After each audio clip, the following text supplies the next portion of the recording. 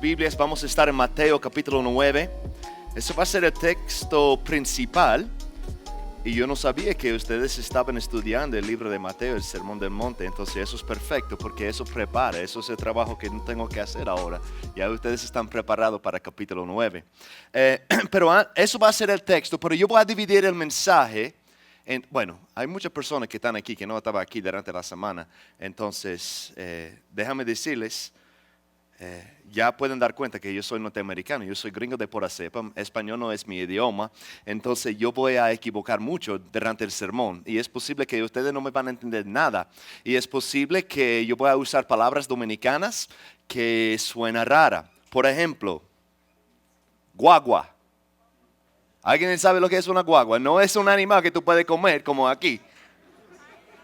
Yo aprendí eso ayer, yo dije, bueno, no puede comer una guagua allá en la dominicana, ¿no? No. ¿Ok? ¿Alguien dijo? Es un bus, ¿verdad? La guagua allá.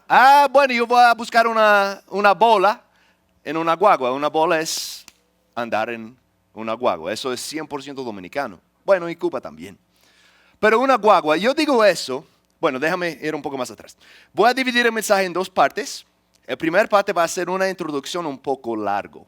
¿Ok? Y debemos orar por esa hermana. Oramos por ella, ¿ok? Dos partes. La primera parte va a ser una introducción un poco larga para establecer el contexto de capítulo 9. Porque capítulo 9 es cuando Cristo sana el paralítico. Y normalmente cuando leemos eso, nunca vemos las misiones en este texto.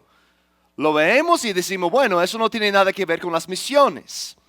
Pero cuando nosotros tomamos el tiempo para poner el texto, el capítulo, en el contexto mayor de la narrativa completa de Mateo, ahí vemos que eso tiene todo que ver con las misiones. Y yo tengo que hacer ese trabajo, eso va a ser la primera parte del mensaje. La segunda parte del mensaje es cuando solo vamos a hablar del texto. Vamos a profundizar el texto. ¿Ok? Ahora, volvemos a la palabra guagua. Hoy en día, agradecemos, damos gracias a Dios por la obra de las misiones que muchas personas están haciendo. Pero hay muchas personas que están practicando las misiones, haciendo cosas, llamando cosas buenas, buenas obras. Estamos llamando a esas obras misiones, mientras que en verdad técnicamente no tiene nada que ver con las misiones. Todo lo que los cristianos hacen no es misiones. Las misiones es algo particular. ¿Ok? Pero en América Latina, en los Estados Unidos, y casi en todo el mundo, hay cristianos que han estudiado la vida de Cristo Jesús y citan Juan 20:21, cuando Cristo dice, como el Padre me ha enviado, así también los envío. Y ellos piensan, bueno, Cristo hizo esto, yo debo imitar a Cristo. Y si eso es la misión de Cristo, si eso es el ejemplo de Cristo, tiene sentido que yo trato de imitar su ejemplo. Pero si no entendemos el motivo de Cristo y lo que impulsa estos hechos de Cristo, nosotros vamos a equivocar en nuestra práctica de imitar a Cristo. ¿Están conmigo? Por ejemplo, allá donde yo vivo en un campo. Y un campo allá es como un lugar de gente muy pobre. Mi esposa y yo cuando nos mudamos allá, vivimos en una casa, alquilamos una casita, no teníamos luz, no teníamos agua, no teníamos baño, no teníamos nada por algunos años. Eso es la demográfica donde yo obro en la Dominicana. Pero a veces, más o menos cada mes o cada 2 meses, viene una guagua de la ciudad a esa comunidad. Está lleno de cristianos carismáticos. Y ellos han nombrado la guagua. Y está pintado en los lados de la guagua que saca demonios. Eso es el nombre de la guagua. Eso es su misión. Entonces lo que esa iglesia hace, pensando que están haciendo las misiones, ellos van a diferentes lugares para expulsar demonios. Y han nombrado su guagua la guagua que saca demonios. Mi pregunta es, ¿de dónde viene eso? ¿De dónde viene ese concepto? No es difícil, ¿verdad? Si no me equivoco, hay más o menos 11 relatos de exorcismos en los evangelios. 11 relatos donde Cristo expulsa demonios. Entonces, de arriba, en algo superficial, parece que si nosotros queremos tener un ministerio que se dedica a expulsar demonios, hay justificación por esto, porque eso es lo que hizo Cristo. ¿Verdad? Eso es lo que piensa la gente. Pero cuando nosotros empezamos a leer el texto, damos cuenta que Cristo tenía un motivo teológico y eterno para expulsar los demonios. Y cuando nosotros recibimos el llamado de imitar a Cristo Jesús, no necesariamente necesitamos repetir o replicar el ejemplo de Cristo en sus actos y sus hechos. Necesitamos entender el propósito y tomar el propósito, el motivo de los hechos de Cristo, y llevar ese motivo a nuestro contexto y contextualizar esto para que nosotros podamos ser fiel hoy en día. ¿Están conmigo? Ahora bien, entonces, lo que quiero hacer es ahora ir a Mateo capítulo 1, versículo 21. Eso es, muchos eruditos y teólogos están de acuerdo que eso es el tesis del libro de Mateo. Mateo 1, 21 es donde Mateo quiere establecer el propósito de su libro. Si ustedes han escrito artículos o libros o ensayos, ustedes, o si les gustan leer, si tú eres un lector que le gusta leer libros, sabe que un autor bueno establece su tesis en el principio de su libro y el resto del libro él desarrolla el tesis.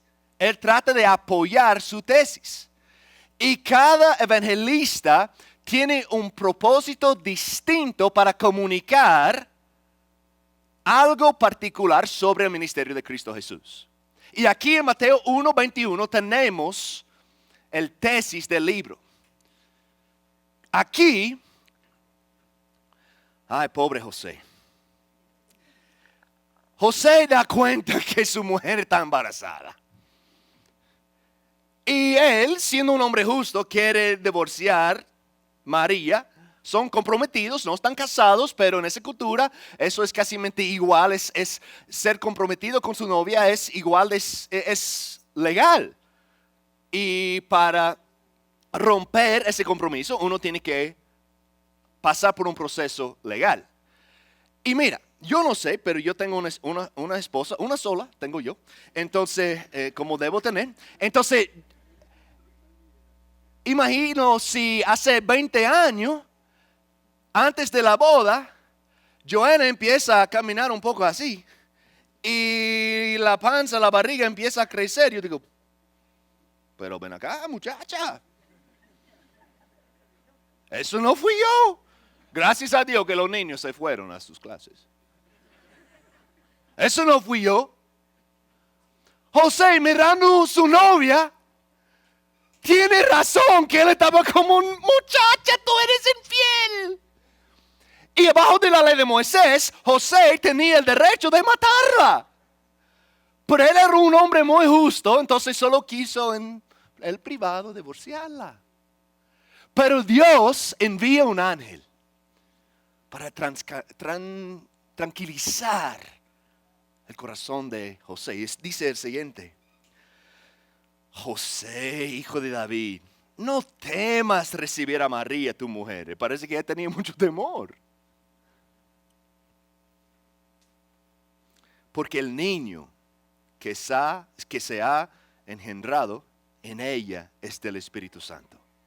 Y dará a luz a un hijo. Y le pondrás por nombre Jesús. Y aquí es la parte clave. Eso va a ser el guía del resto del libro. Él tiene un nombre y su nombre tiene propósito. Su nombre va a describir su propósito. Escucha su nombre y tú escuchas su propósito. ¿Qué es? Él salvará a su pueblo de sus pecados.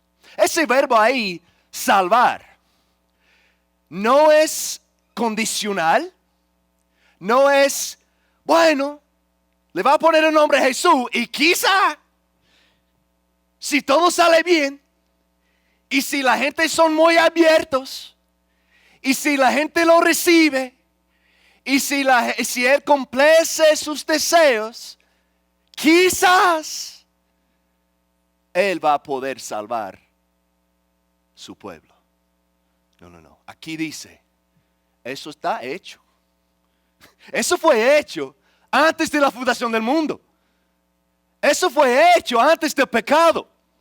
Porque cuando llegamos al libro del Apocalipsis, nosotros vemos que cada nombre que está escrito en el libro de la vida fue escrito por el Dios soberano antes de la fundación del mundo.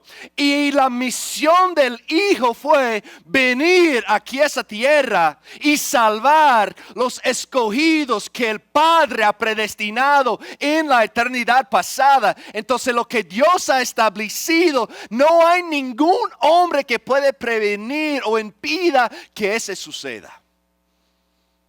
Salvará su pueblo de sus pecados. Bueno, como un lector, yo empiezo a leer. ¿Y tú sabes lo que estoy buscando? Ejemplos. Si eso es su propósito, supongo que voy a encontrar ejemplos de Cristo Jesús haciendo ¿qué? Alguien me dice. Salvando. Pero hay problema. Capítulo 2, nada. Capítulo 3, nada. No digo que no hay nada, solo digo que no hay ni un solo ejemplo de Cristo salvando a alguien. Él dice, arrepiéntense. Él dice, el reino ha llegado.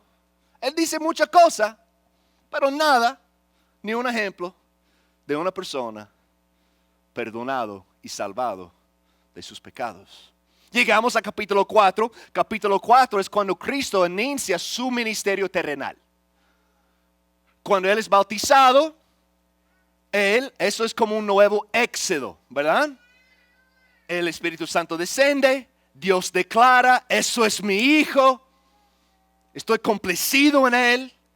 Él entra en el desierto para ser tentado por Satanás. Eso apunta a la realidad que Cristo es el nuevo Israel, ¿verdad?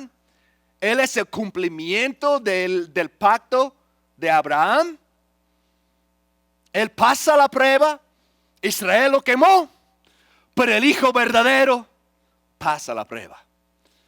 De una vez, Cristo en capítulo 5 lanza su ministerio, llegamos al Sermón del Monte. ¿Y qué está allá en ese sermón? Enseñanzas que prepara a las personas, y eso está en general, hay muchos más detalles allá.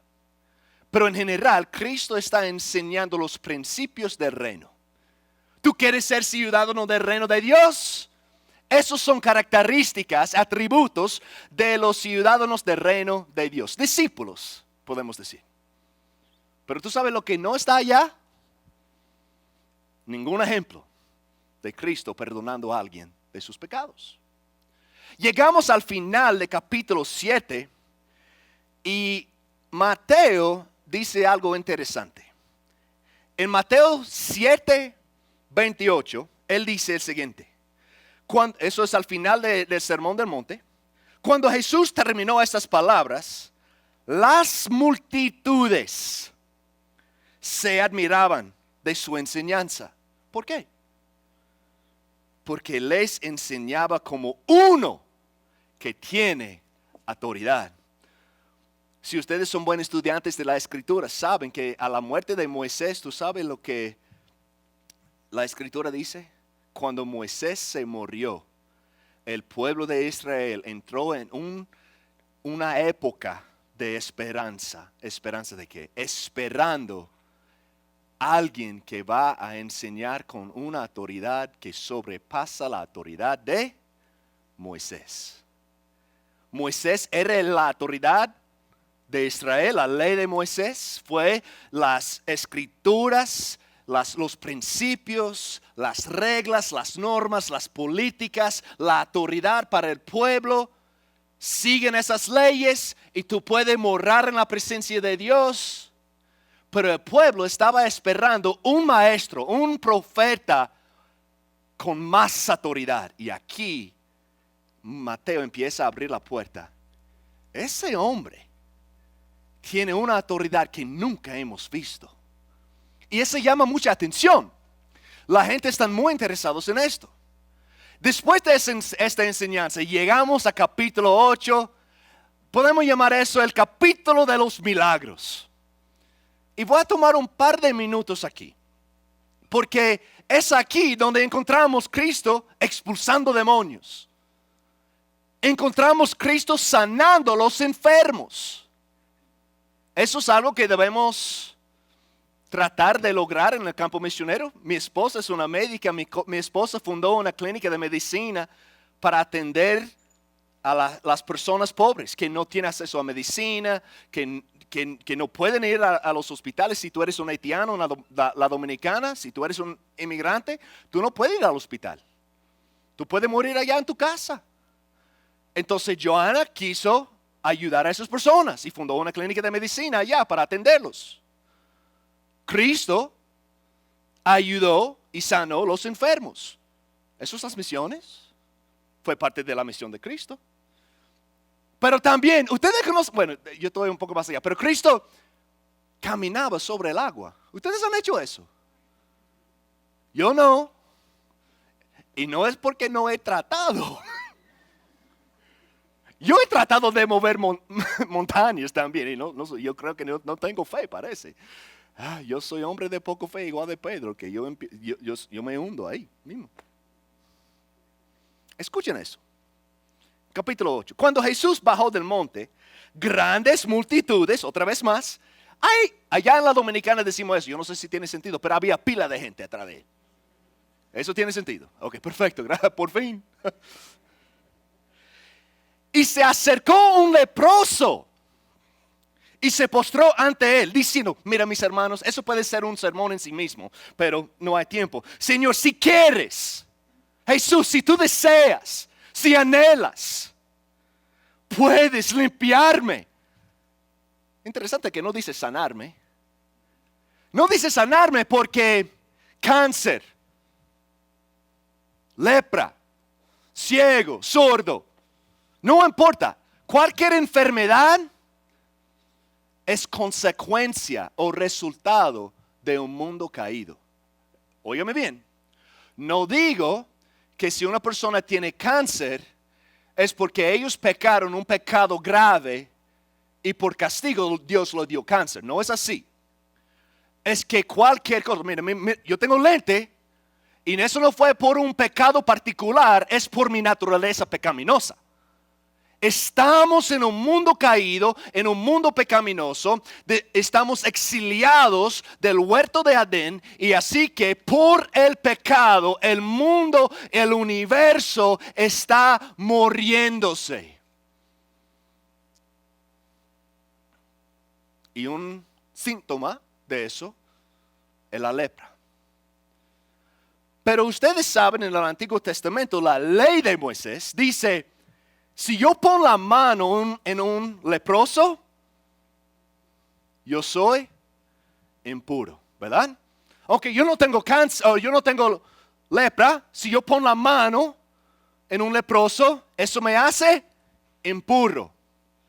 y tengo que salir del campo, el campamento de Israel, pasar por un proceso de purificación antes que puedo asimilar de nuevo con el pueblo de Dios. Y el pueblo de Dios representa el propósito de Dios para la creación entera. Él mora entre su pueblo. En el Antiguo Testamento eso fue en el tabernáculo y también en el templo, en el lugar santísimo. También si tu hijo se muere y tú pones la mano en el cadáver, ¿tú sabes lo que sucede? Tú no puedes estar en la presencia de Dios. Tú eres impuro. No puedes. Y aquí escucha eso. Cristo, versículo 3. Extendiendo Jesús la mano. Hermanos, despiértense. No puedes hacer eso, Jesús. Extendiendo, es como si yo voy a Ramiro. Él es un leproso. Y él dice, si tú quieres sanarme, tú puedes. Y yo empiezo a extender la mano. Y Panky, quien es un hombre santo, piadoso, dice, no le toca, no pon la mano, no lo pon la mano. Porque si yo pongo la mano, ¿qué sucede? Él me va a contaminar. Pero Cristo empieza a extender la mano. Y Cristo dice así, quiero. ¿Qué fue la pregunta? Si tú quieres, yo sé que tú me puedes limpiar. Y Cristo, yo quiero limpiarte. Y le pone la mano. Pero algo por la primera vez en la historia del mundo, por la primera vez, hay un hombre, hay un ser humano, hay un hombre que tiene sangre y carne, que puede poner la mano en un leproso. Y el opuesto sucede. En vez de hacer Cristo impuro, Cristo hace el leproso puro y sano. Y yo imagino que Pedro estaba ya como... ¿Recuerdan la hija de Jairo? Muertecita ya. Y la Biblia dice que Cristo la tocó. Cristo puede hacer cosas que nadie ha podido hacer. ¿Pero por qué? Espérense. Pero no solo sanó a los enfermos. Escucha versículo 16 de capítulo 8. Y al atardecer le trajeron muchos endemoniados. La gente que tenía demonio, mi gente.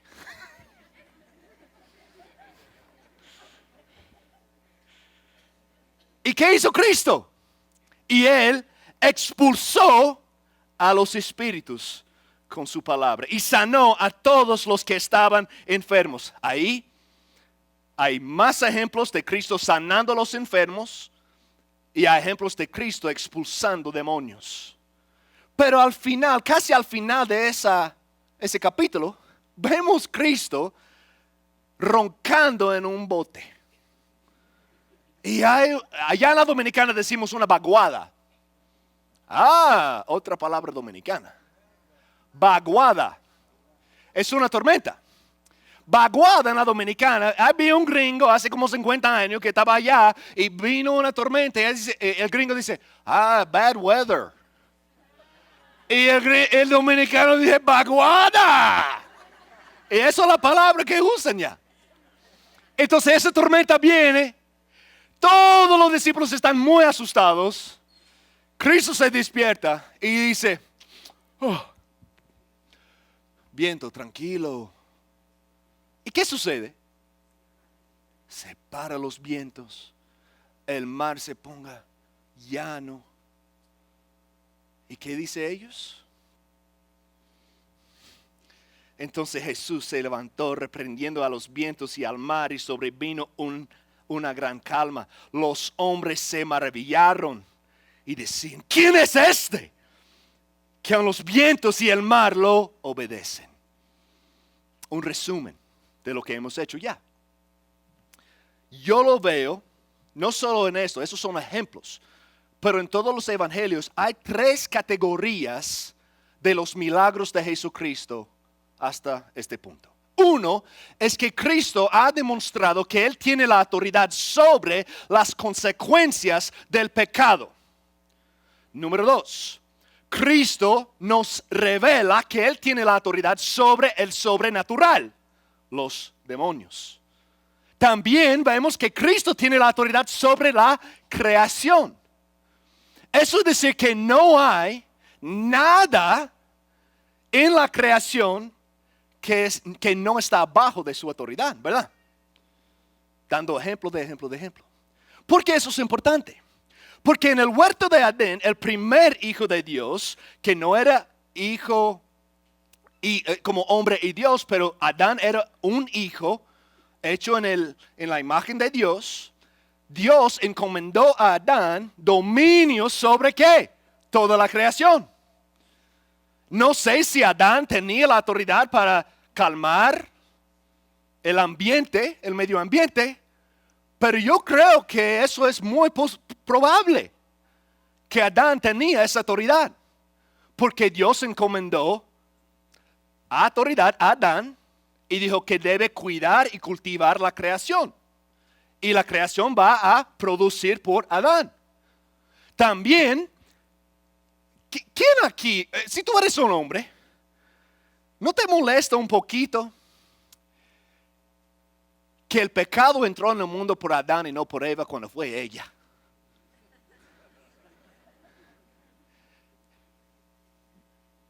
Pablo dice en Corintios que el pecado entró por un solo hombre, Adán. Yo digo, pero ¿y la mujer? Porque el pecado empezó antes de que ella comió. Ustedes saben que el huerto de Edén fue el santuario de Dios, la morada de Dios. Dios moraba en el huerto con Adán y Eva. Eso fue un lugar santísimo. Y Adán tenía la tarea de proteger la santidad de la morada de Dios. Y fue la tarea de Adán de prevenir que Satanás, el serpiente, entra en la morada. Entonces el proceso del pecado inició mucho más antes del momento cuando ella comía de la mata, del árbol. Fue Adán que tenía que decir a Satanás, no puedes cruzar esa frontera porque mi Dios santo mora aquí. Entonces es todo que sucedió es lo que inauguró el pecado. Y fue Adán que tenía la autoridad para prevenirlo. Bien, ok. Y sabemos que las enfermedades, ya eso está claro. De una vez que comieron, empezaron a morir. Y desde ese momento, desde Génesis capítulo 3, el proto-evangelion, el primer evangelio, esperando un Salvador, esperando a alguien que puede rescatar, sanar y reconciliarnos a nuestro Dios. Pero ahora, esas multitudes son como nosotros. ¿Quién aquí quiere sufrir? Nadie, casi nadie. Nadie aquí quiere tener un demonio, yo creo. Y si eres uno de ellos, venga para frente. Vamos, no, mentira. Eso puede ser peligroso. Una broma.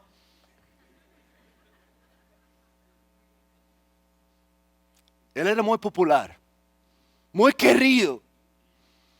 Todo el mundo quiso estar cerca de Cristo Jesús. Tanto que cuando llegamos al capítulo 9, Cristo está en una casa. Ya estamos llegando al texto principal. Ustedes están caminando conmigo, ¿verdad? ¿Sí? Perfecto. Esa casa está llena de gente. ¿Por qué? Porque todos han escuchado de ese hombre. Todos han escuchado que ese hombre Cristo hace cosas que nadie ha podido hacer. Y si tú tienes un querido hermano, si tú tienes un familiar o si tú mismo tienes una necesidad grave, ¿qué tú vas a querer? Estar cerca a la persona que te puede ayudar. Cualquiera. Yo tengo 4 hijos. Y si uno de mis hijos o si mi esposa necesita algo, mis hermanos, no hay límites en lo que yo voy a sacrificar para mi familia. Entonces tiene mucha razón que la casa está llena. Pero Ramiro y yo, y como Romeo Santo, yo no sé, él y yo llegamos temprano, porque él es un hombre, yo estoy quedando con él y me han atendido muy bien. Pero yo he dado cuenta que a él le gusta llegar a tiempo a las cosas. Y digo, hueso de mi hueso, carne de mi carne. No, mentira. Mira, no hay ni una silla más aquí en la iglesia. Y mira, Cristo aquí. Llegamos aquí, estamos en la primera fila, mi madre. Yo escuché que el otro día ese hombre estaba allá en aquel lado del mar y había un hombre que tenía demonio. Y cuando él lo expulsó había como 2,000 puercos que se ahogaron allá. Fue increíble. Y aquí estamos, vamos a ver el show. Y en ese momento, ¿tú sabes lo que sucede? El techo empieza a abrirse. Si eso sucede ahora, ¿qué vamos a hacer? Mirar hacia arriba. Todos van a mirar hacia arriba. Y ese empieza a bajar. Y a un paralítico que no puede caminar, que quizá no puede hacer nada. Un hombre que es 100% dependiente en otros y en la misericordia de los demás. Baja del techo a los pies de Cristo. Y mira, mis hermanos, en ese momento yo me convierto en un pentecostal, porque yo estoy como loco a ver ese milagro. Yo sé lo que Él ha hecho, yo he escuchado su historia y yo sé lo que viene. Yo agarro a mis amigos, yo digo, oh, vamos a ver un milagro, vamos a ver un milagro. Es como la profeta Joshua, Cash Luna está en casa, viene el show.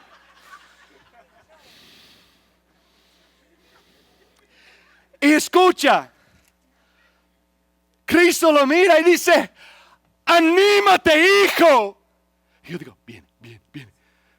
Tus pecados quedan perdonados. Estoy haciendo mi ejercicio. Y tú sabes lo que yo creo que... Tú sabes cómo yo voy a reaccionar a eso. Yo creo. Pero yo llegué para eso. Ese maestro no puede ver que ese hombre no puede caminar. Tus pecados. Déjame contextualizarlo. Pero tú no sabes que yo tengo hambre. Tú viniste aquí para hablarme de mis pecados. Cuando yo tengo hambre, dame arroz y habichuela. ¿Qué? Es un abuso. Hablar de las cosas del pecado mientras que ese hombre no puede cuidarse a sí mismo, no puede caminar. ¿Cómo tú vas a sanar a los demás? Y no vas a hacer eso para ese hombre. Pero aquí en el texto dice que había algunos religiosos. Siempre hay. Escucha lo que dice. Anímate, hijo, tus pecados te son perdonados. Y algunos de los escribas decían para sí, esta blasfema. En verdad sí, eso esta blasfema. Porque la Biblia dice que solo Dios puede hacer ¿qué? Perdonar pecados. Pero también tú sabes lo que Jeremías dice, que solo Dios conoce el corazón del hombre. Y esos hombres no dijeron nada. En esa historia, en ese relato, nadie habla, solo Cristo. Solo Cristo habla. Ellos están pensando, esta blasfema. Y Cristo, sabiendo sus pensamientos, otra revelación de su naturaleza divina, que solo Dios puede conocer el corazón del hombre, dice, ¿por qué ustedes piensan mal en sus corazones? Y Panky dice, no fui yo, fue él. Gracias, hermano. Yo no pensé nada. Aquí es la pregunta clave. Escucha lo que Cristo dice. Jesús, conociendo sus pensamientos, dijo, ¿por qué piensan mal en sus corazones? Porque, ¿qué es más fácil? Ayer el pastor Diego estaba animándonos a desarrollar la disciplina de la lectura. Es sumamente importante.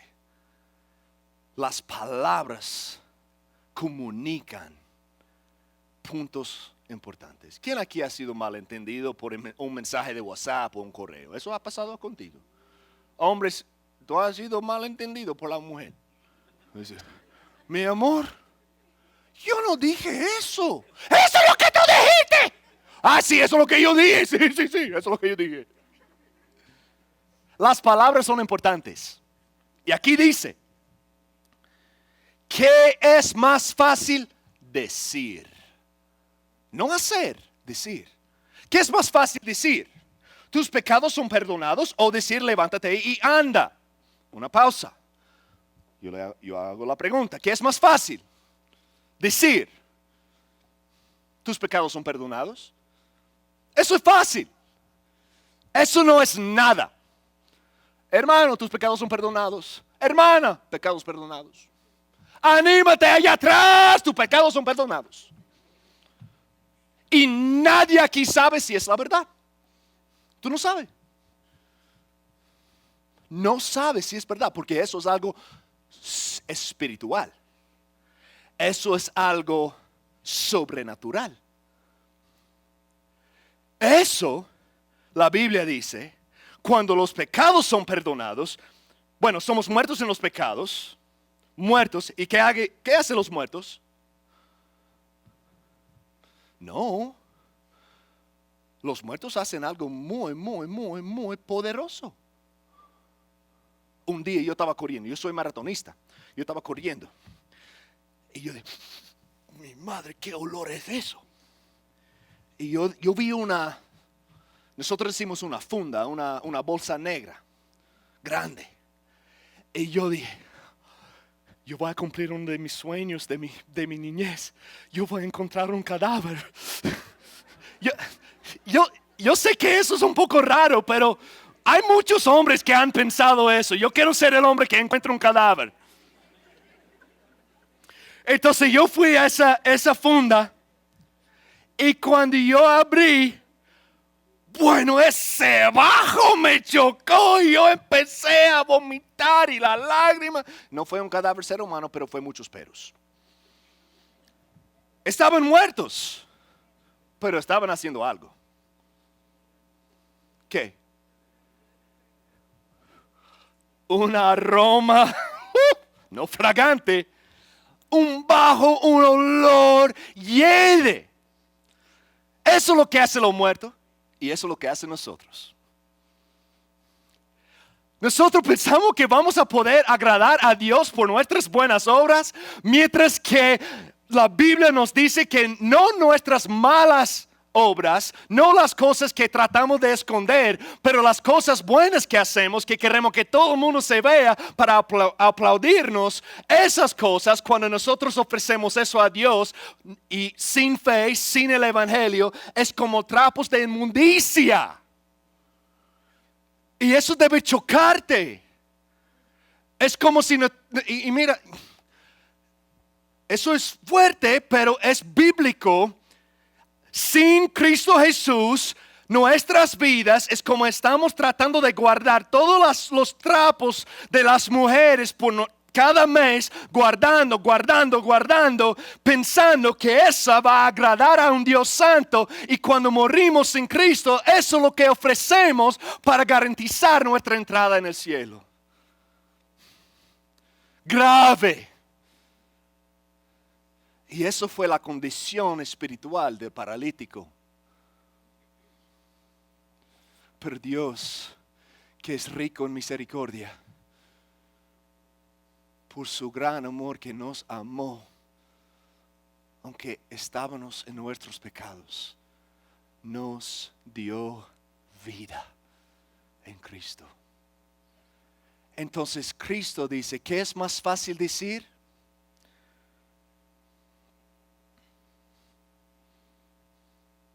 Tus pecados son perdonados. Pero, para que sepan. Eso es la bisagra del texto.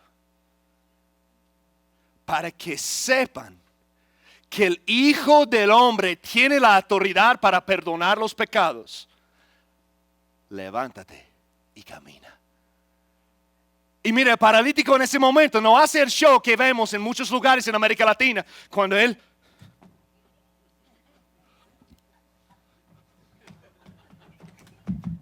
y todo el mundo, ¡ah, gloria! Ninguna de esas cosas. No, porque cuando Cristo hace una obra, Él hace la obra. Y cuando Él dice, levántate y camina, la Biblia dice que ese hombre se paró, agarró su camilla y andaba. ¿Pero por qué lo hizo? Aquí es la pregunta. Porque Cristo sanó a ese enfermo. Porque Cristo expulsó demonios. Porque Cristo calmó la tempestad. Porque Él hace todos esos ministerios y milagros. Mis hermanos, son prioridades importantes, pero son prioridades secundarias. Él hizo todo eso para confirmar y afirmar su identidad. Confirmar que Él tiene la autoridad de perdonar los pecados. Entonces, cuando nosotros hacemos prioridad esas cosas secundarias sin utilizar esas cosas como un puente para comunicar el evangelio y ministrar. Porque ese paralítico, si Cristo lo sana sin perdonar los pecados, quizás él va a florecer para 10 años o 30 años más. Pero después, sufrimiento por la eternidad. Para que sepan. ¿Cómo puedo conectar eso a estas misiones? Es fácil.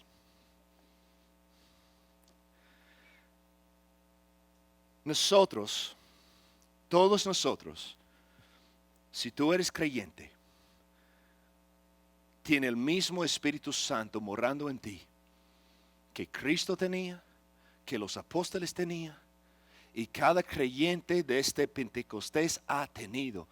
Ese mismo Dios mora en ti. Pero ninguno de nosotros tenemos el mismo don, la misma experiencia.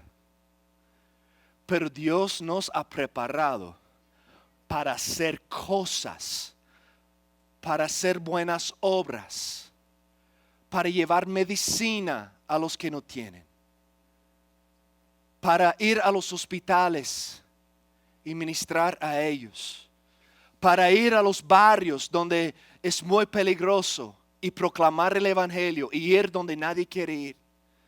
Atender a los huérfanos, cuidar las viudas, todas esas cosas son buenas, pero en sí mismo no sirve por nada. Lo hacemos siguiendo el ejemplo de Cristo Jesús, para que sepan. ¿Por qué tú haces eso? Para que tú sepas. ¿Por qué tú quieres hacer ese sacrificio? ¿Por qué tú quieres ir a África? Es una locura. El campo misionero no es fácil. ¿Por qué lo hacemos?